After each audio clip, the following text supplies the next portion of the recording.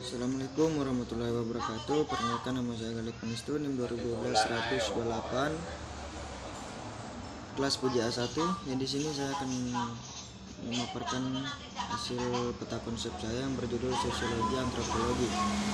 Sosiologi antropologi yang pertama yaitu sosiologi, yang berasal dari kata Latin socius, yang berarti kawan atau teman, dan logos yang memiliki arti pengetahuan. Sosiologi adalah ilmu pengetahuan yang mengeksplorasi struktur masyarakat itu sendiri, dan untuk mengetahui hubungan antara manusia dari dalam kehidupan masyarakat, individu dengan individu, kelompok dengan kelompok, atau individu dengan kelompok. Yang kedua yaitu antropologi, yang berasal dari bahasa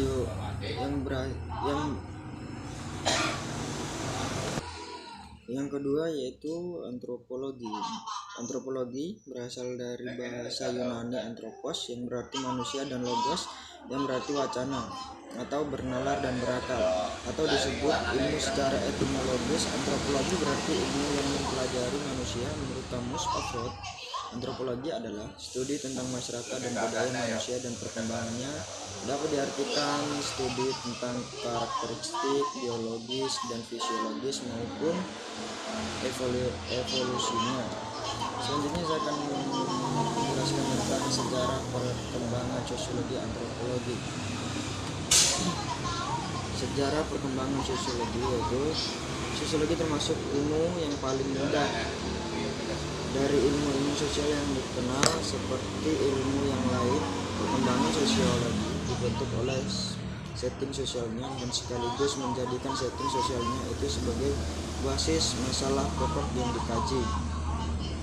Awal mula perkembangan sosiologi bisa diacak pada saat terjadinya revolusi Prancis dan revolusi industri yang terjadi sepanjang abad ke-19, yang menimbulkan kekhawatiran, kecemasan, dan sekaligus perhatian dari para pemikir di waktu itu tentang dampak yang ditimbulkan dari perubahan dahsyat di bidang politik dan ekonomi kapitalistik di masa itu. Yang kedua, mentransformasikan kebudayaan kepada generasi. Pendidikan sebagai transformasi budaya diartikan sebagai kegiatan perwarisan budaya dari satu generasi ke generasi yang lain. Yang kedua yaitu mentransformasikan kebudayaan kepada generasi.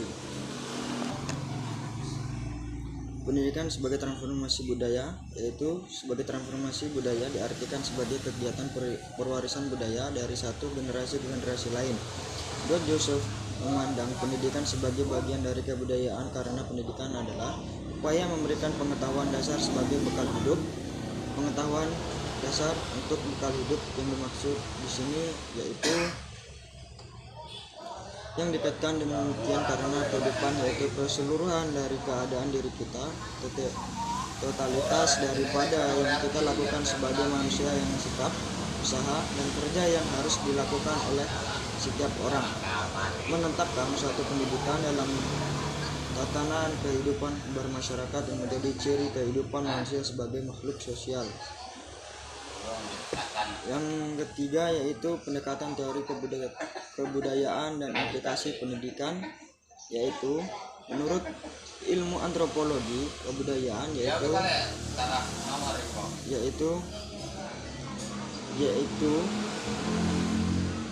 keseluruhan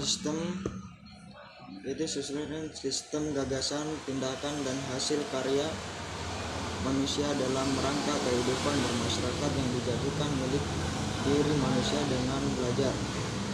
Hal ini berarti hampir saja seluruh tindakan manusia akan kebudaya, karena semua tindakan manusia dalam kehidupan masyarakat perlu dirasakan dengan belajar. Yang keempat yaitu struktur sosial perkembangan kepribadian.